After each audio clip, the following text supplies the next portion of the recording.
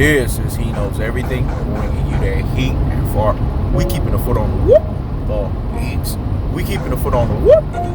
Geeks and like the Brendan Marshall that I am. I'm applying whoop on DVD pressure. This pressure does what? 8 versus pipes. Let's talk about it, man. The Los Angeles Clippers lost 112 to 109 against the Utah Jazz. Donovan Mitchell had a great first game, but we've seen this script before, man. I caution basketball fans though, don't call it a series until the fat lady sings. Say it again. Don't call it a series until the fat lady sings. I think basketball fans alike are smartening up to that because there's not as much as, the flippers. They're going to get exposed because they saw what happened in the last series. They were down 0-2. They were down 2-3. They came back and had their Maximus Decitus gladiator moment. What you do in this life, it echoes into eternity. That's why you see a lot of basketball fans on there. Stop the presses and pump the brakes on the nonsense. Go sit down somewhere and what? Higgity fucking hush status. This was a great first game for a second round. But I can tell you why the Clippers lost the first game. When you are a battle-tested team and you go from a battle-tested round, let me educate you guys on basketball. Battle-tested rounds do one or two things. They either give you a certain level of adrenaline kick and a momentum to where you carry it over into a game one, and then you flush a team out and you blow them out, or you lose a close game. It's one of those two scenarios. It's never going to be any other scenario.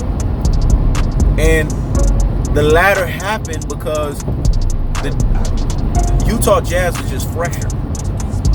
They came off a fresher series. They were just a fresher team. And when you're fresher, you're going to perform better. I mean, that's just simple basketball science. That's why the Utah Jazz won game one. It had nothing to do with anything else. As you saw, it was very close.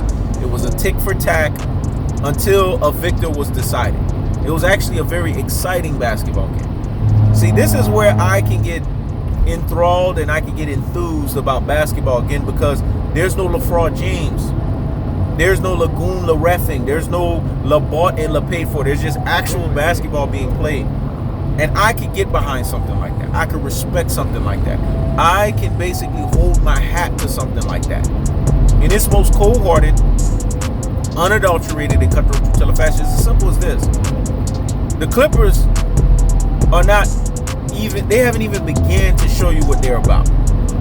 And if basketball fans think that that's going to be the case, then it's a things that make you say, It's a things that make you say, My caution to you guys is, let this series play out and let it go until the fat lady sings, dog. Because if you didn't learn your lesson in round one, you are never going to learn that lesson. This is going to be a battle-tested series. It's going to be tough. There's going to be some back and forths because of basketball's about matchups. And the matchups that both teams present in terms of what they bring to the table from a nightmare standpoint is going to be tough on both sides of the aisle for both teams. Paul George and Kawhi Leonard are going to have to put the clampers on Donovan Mitchell if they want to win this series. Basically, like they did with Luka Doncic. They did enough to where Luka Doncic couldn't basically take over when he needed to take over.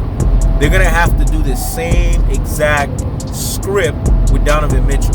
Probably even a little bit more because as the rounds progress, competition stiffens, things get harder, and now you have to really lift your level of competition up.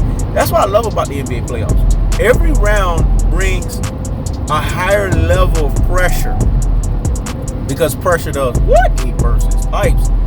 You can never dominate pressure. You either are best friends with pressure or you will get what's called the Manonia or the Stormbreaker of pressure doing what? It versus pipes. Bottom line is Donovan Mitchell is the key for the Clippers to win this series. They need to nullify him because because everything starts and it ends through Donovan Mitchell. With them being able to do that, the Clippers will grab the series. But absence them doing that, if the Clippers are on this, we're just going to play offense and they're going to play offense, we're not going to play no defense, and if they go this tick for tat, the Utah Jazz going to fuck around and win the series. I already am telling you basically the game plan. I'm giving you the blueprint and I'm giving you the forecast on how this series is going to pan out. It's going to be a tough one. From a matchup perspective, both teams give each other fits that either team could walk away with this series. But you know where I hang my hat. It's with the Los Angeles Clippers. I believe that the Los Angeles Clippers are deeper. I believe in the Claw. I've never lost hope and never lost faith in that guy. And I just feel that it's going to be that type of postseason for him, where he's going to find himself in a lot of precarious situations where he's going to be down, and he's going to find a way to rise above the ashes. Now, that Phoenix shit ain't going to work against the Nets. I'm going to tell you that shit right now. When you down against them, you're going to be down. When you down against Kevin Durant, your ass going to stay the fuck down. But everybody else, from round 1 to round 3, that's what I'm expecting. A rising of the Phoenix above the ashes for the Claw. I expect it to be an NBA Finals that showcases the Nets versus the Clippers. That's the cold hearted. That's the underdogs rating. That's the cutthroat tell of fashion. Game 1, Utah Jazz did a good job. But last time I checked, you need to win 4 games in order to decide your playoff fate. This is He Knows Everything. Check it out.